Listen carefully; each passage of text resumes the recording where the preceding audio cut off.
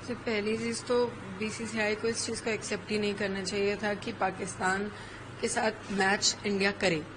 ये बहुत बड़ी हमारे ही देश में लोग गलती कर रहे हैं इस चीज को एक्सेप्ट करके।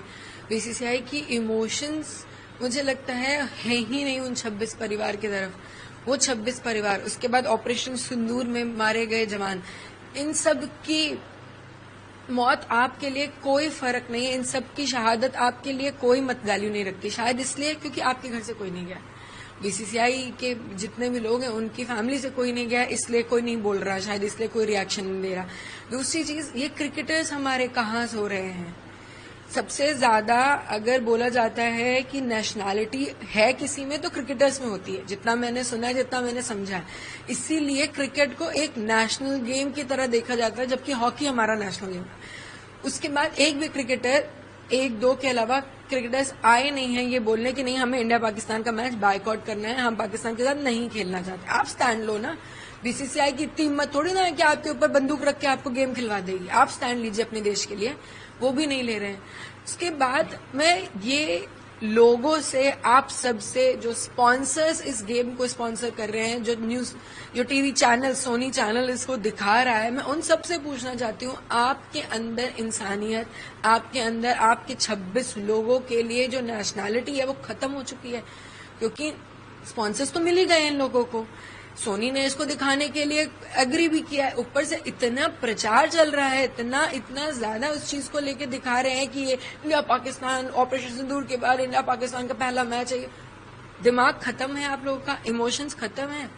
आप अपने नेशन के लिए आप कुछ करना ही नहीं चाहते हो, आपके अंदर कुछ बचा ही नहीं है। आप एक छोटी सी बात समझिए, आपके साथ आपका पड़ोसी लड़ लेता है तो आप बात नहीं करते हो उससे।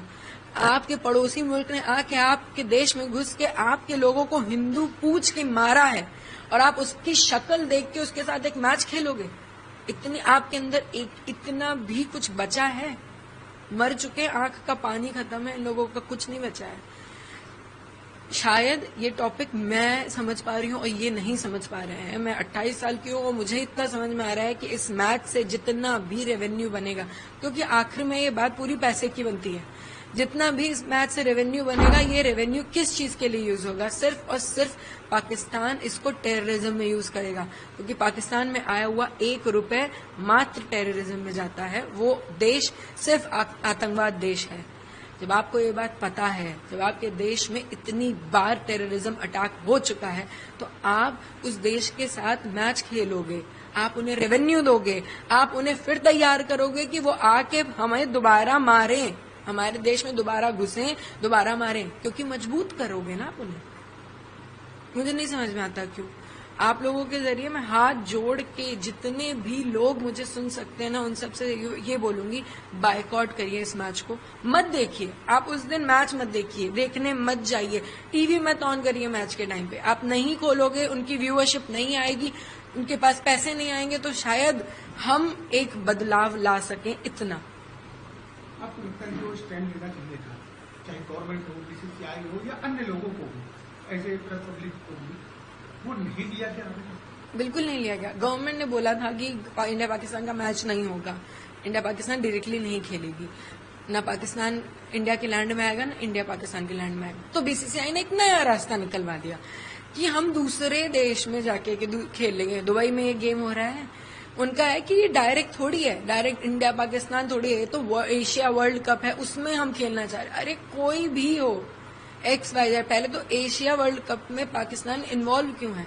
क्या उनको समझ में नहीं आ रहा कि पाकिस्तान अब ग्रे जोन में जाना चाहिए?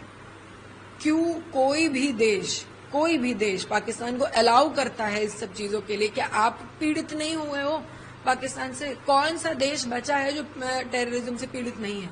उसके बाद आप पाकिस्तान को अलाउ कर रहे हो कि एशिया वर्ल्ड कप में खेलेंगे, एंड फिर हमारा बीसीसीआई उसे एक्सेप्ट कर रहा है कि वो हिंदुस्तान के साथ खेलेंगे, इंडिया के साथ खेलेंगे। क्यों? पता नहीं। शायद उनको मैं नहीं रोक पाई, जबकि मैंने आप ही लोगों के जरिए पहले भी बोला था कि ये मैच नहीं होना चाहिए। बीसीसीआई को मैंने रिक्वेस्ट करी थी कि ये मैच नहीं होना चाहिए। शायद मेरी आवाज उन तक नहीं पहुंची, लेकिन मेरी आवाज शायद आपके जरिए नॉर्मल लोगों तक पहुंच सके, जो मुझे रोज सुन पाते हैं, कि प्लीज बायकॉट करिए इस मैच को। और शायद हमारे पास कोई रास्ता बचा नहीं बायकॉट के अलावा।